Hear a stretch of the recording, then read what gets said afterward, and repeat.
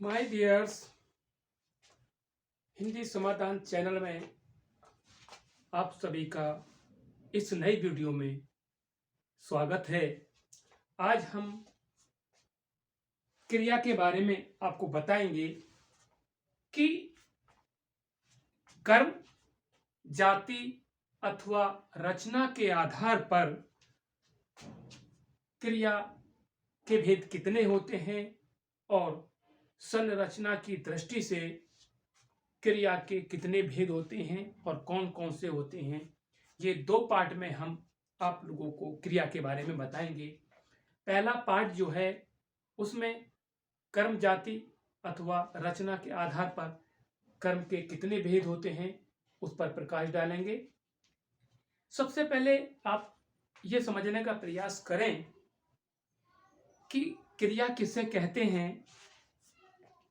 हम किसी भी वाक्य में कर्म को कैसे पहचान पाएं कि ये कर्म है।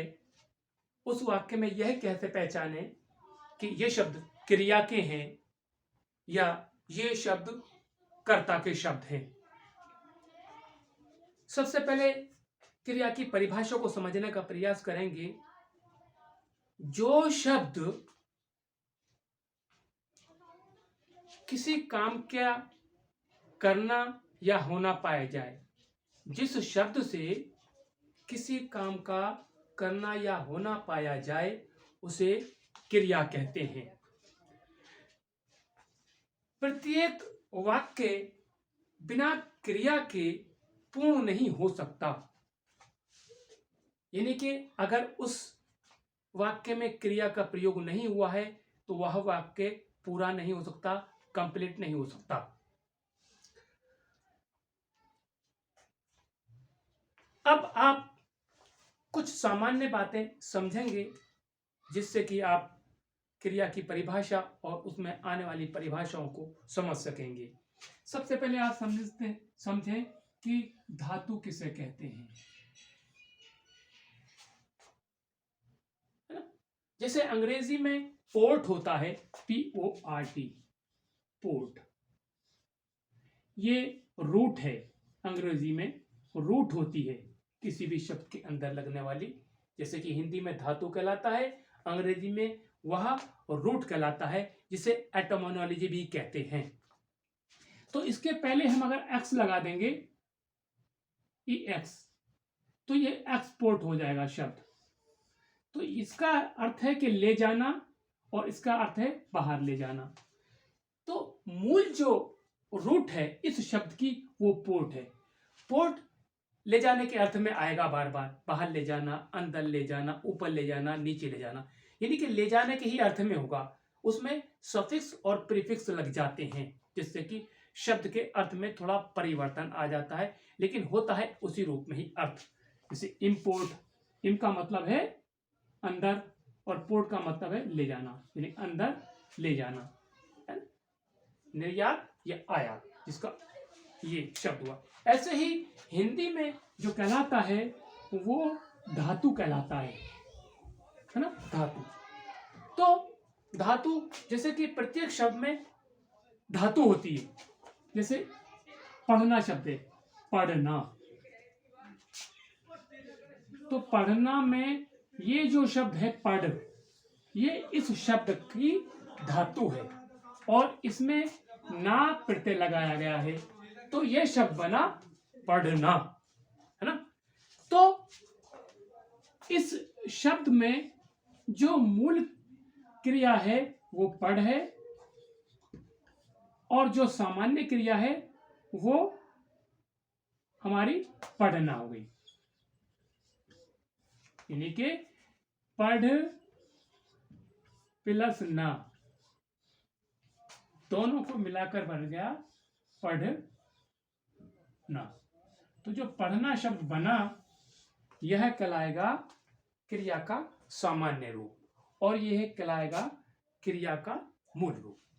ठीक है।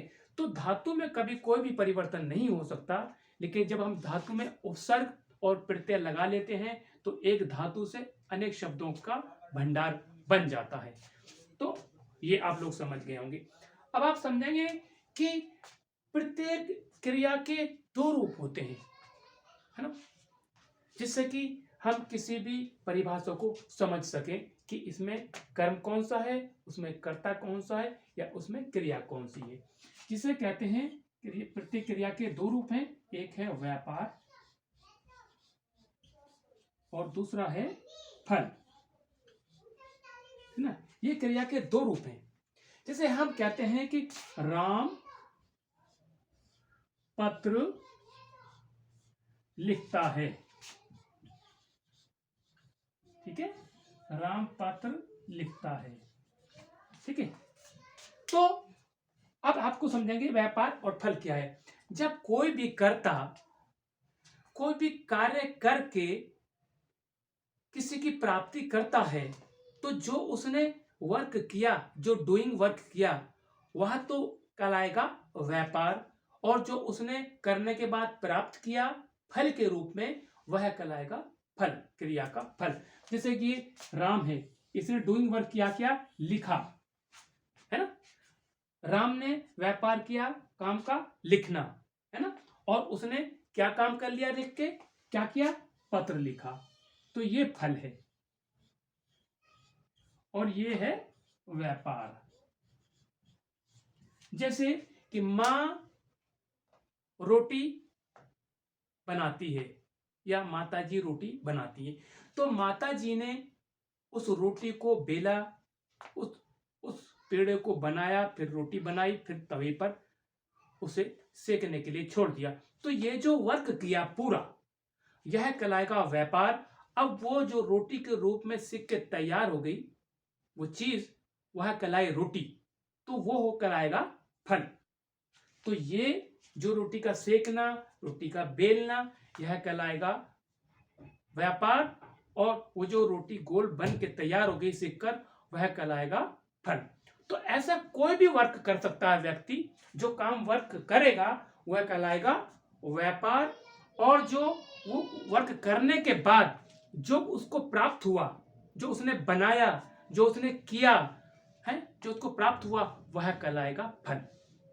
अब हम देखते हैं आगे कि कर्म के आधार पर या रचना के आधार पर क्रिया के दो भेद होते हैं। पहला कहलाएगा क्रिया का अकर्मक, एक भेद कहलाएगा अकर्मक क्रिया, और दूसरा कहलाएगा सकर्मक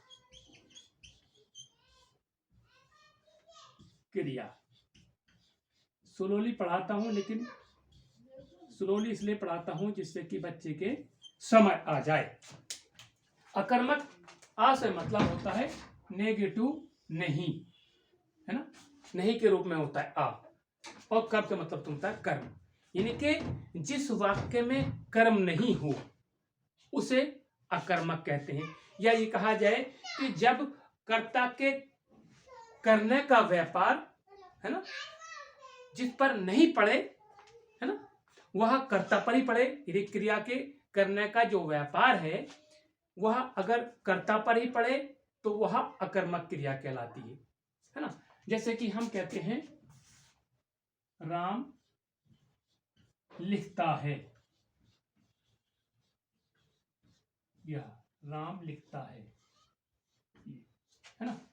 तो हम कुछ शब्दों की पहचान से भी यह पहचान लेते हैं कि कर्ता क्या है, कर्म क्या है और क्रिया क्या है। एक सामान्य रूप से, मोटे रूप से हम ये भी कह सकते हैं, हमने कहा कौन है तो पता लगा राम, तो इसका मतलब है ये कर्ता है ना। कौन का प्रयोग करने से और उसका उत्तर अगर मिलता है तो समझ लीजिए वह करता है। और हमने कहा कि क्या करता है, या क्या खाता है, या क्या पीता है, या क्या देखता है, तो वह हो गई क्रिया, उस रूप को कहते हैं क्रिया। तो यह क्रिया है, ठीक है ना। अब पूरे वाक्य में कहीं भी कोई कर्म नहीं है, तो इसलिए इस क्रिया में क्या हुआ, अकर्मक क्रिया है। इस वाक्य में अकर्मक क्रिया है, यानी कि यह वाक्य कर्म रहित है ना। और कर्म को हम ऐसे भी पहचान सकते हैं कि जो भी क्रिया करने के पश्चात फल प्राप्त हो या फल का आश्रय मिले। जो भी क्रिया करने के पश्चात, जो भी कोई भी काम करता है, कोई भी व्यक्ति काम करता है, कोई भी मशीन काम करती है, अब उसके बाद जो फल का आश्रय होता है, फल की प्राप्ति होती है या उसके उस स्थान पर उसका फल पड़ता है, तो उसे कहते हैं कर्म, है ना। अब तो यहाँ इसका आश्रय राम के लिखने का आश्रय राम पर ही पड़ रहा है, इस क्रिया का आश्रय, है ना। राम लिखता है तो इसका फल राम पर ही पड़ रहा है, तो इसमें कोई कर्म है ही नहीं। अगर यहां हम जोड़ देते पत्र, तो राम पत्र लिखता है तो उसके अंदर कर्म आ जाता, तब इस वाक्य में ये अकर्मक क्रिया ना कहलाती। तो अब इसमें कोई कर्म है ही नहीं, इसलिए यह वाक्य या इस वाक्य में अकर्मक क्रिया है। ठीक है, अब आगे हम चलते हैं सकर्मक क्रिया। सकर्मक क्रिया के दो भेद होते हैं, एक होता है एकर्मक क्रिया, एकर्मक क्रिया शॉर्ट लिख रहा हूं, और दूसरा द्विकर्मक क्रिया, द्विकर्मक क्रिया शॉर्ट, क्रिया को शॉर्ट लिख दिया है। ये सकर्मक क्रिया कहते हैं, स से मतलब होता है साथ में, सहित, यानी कि कर्म के सहित, कर्म सहित जो भी क्रिया होती है उसे कहा जाता है सकर्मक क्रिया। इसके जो दो भेद हैं, एक एकर्मक क्रिया और दूसरी द्विकर्मक क्रिया। एक से आप अच्छी तरह से परिचित हैं कि एक का वन और दो का मतलब है दो, जिस, है ना, जिस वाक्य में एक कर्म हो उसे एकर्मक क्रिया, और जिस वाक्य में दो कर्म होते हैं उसे कहा जाता है द्विकर्मक क्रिया। अब आप ये समझे, एकर्मक क्रिया जैसे राम पत्र लिखता है, ठीक है, ये क्या है, कौन है, राम है, इसका मतलब ये हुआ कर्ता, है ना। ये, है ना, लिखता है, पढ़ता है, करता है, कर रहा है ना, जो भी एक्शन डूइंग वर्क होता है वह होता है क्रिया का, तो यह है क्रिया।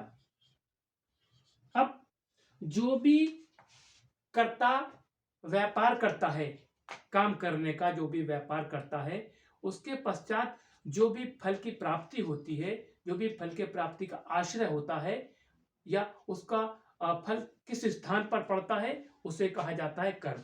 तो राम ने व्यापार किया लिखने का, है, लिखने का व्यापार करने के बाद फिर क्या हुआ, पत्र लिखा गया। तो ये जो पत्र लिखा गया, जो फल की प्राप्ति हुई पत्र की हुई, पत्र के लिखने की प्राप्ति हुई, लिखने की क्रिया है, जो लिखने की क्रिया होती है, डूइंग वर्क होता है जो क्रिया कहलाती है, और उसके बाद लिखने के पश्चात जो व्यापार किया उस कर्ता ने, है ना, और व्यापार करने के पश्चात जो फल की प्राप्ति हुई वो पत्र की हुई, तो ये कहलाएगा कर्म। तो जिस स्थान पर फल की प्राप्ति हो या फल उस स्थान पर पड़े तो वह कहलाता है कर्म। तो इसमें एक कर्म है, ये कर्ता है, ये क्रिया है ना, और ये कर्म है। तो इस पूरे वाक्य में एक कर्म है, तो इसलिए कहा जाएगा एक कर्मक क्रिया।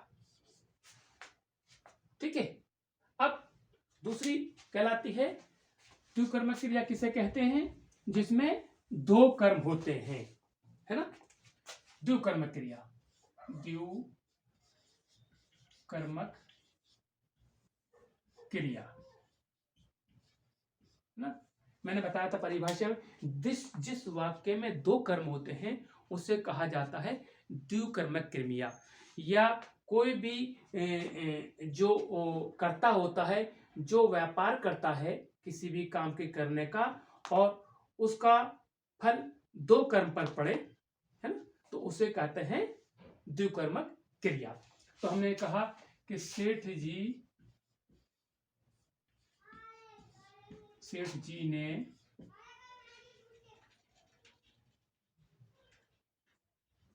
रमेश से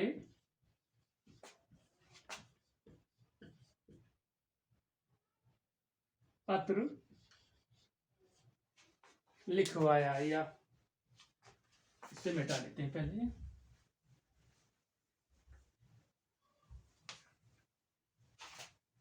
या कोई और भी उदाहरण ले सकते हैं, इसको पहले मिटा लेते हैं। या रमेश गणित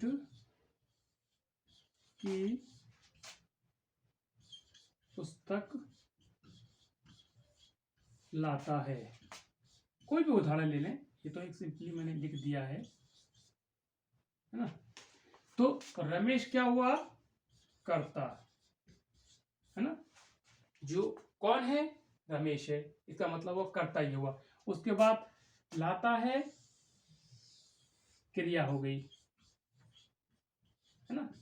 अब ये रमेश गणित की पुस्तक लाता है, रमेश व्यापार कर रहा है किसका, लाने का, और लाने के बाद उसने क्या किया, गणित की लाया और वो भी पुस्तक लाया, तो इसका फल दोनों पर पड़ा, गणित पर और कर्म पर। तो इसका मतलब है ये भी कर्म है और ये भी कर्म है। जो भी कर्ता व्यापार करता है किसी काम के करने का और जिस पर उसका फल पड़ता है वह कर्म कहलाता है। तो इसका मतलब है गणित की लाया और पुस्तक लाया, तो एक कर्म ये हो गया और दूसरा कर्म ये हो गया। तो इस पूरे वाक्य में यानी कि दो कर्म हैं, इसलिए यह द्विकर्मक क्रिया कहलाएगी। तो मैं समझता हूं आप लोगों को समझ आ गया होगा। ये कर्म जाति अथवा रचना के आधार पर जो है क्रिया के दो भेद थे। अब हम अगली वीडियो में जो संरचना की दृष्टि से क्रिया के जो 5 भेद हैं उसके बारे में बताएंगे, जिससे कि आपको वो भी वीडियो समझ में आएगी, लेकिन वो नंबर पार्ट 2 आएगी। ठीक है, तब तक के लिए गुड बाय।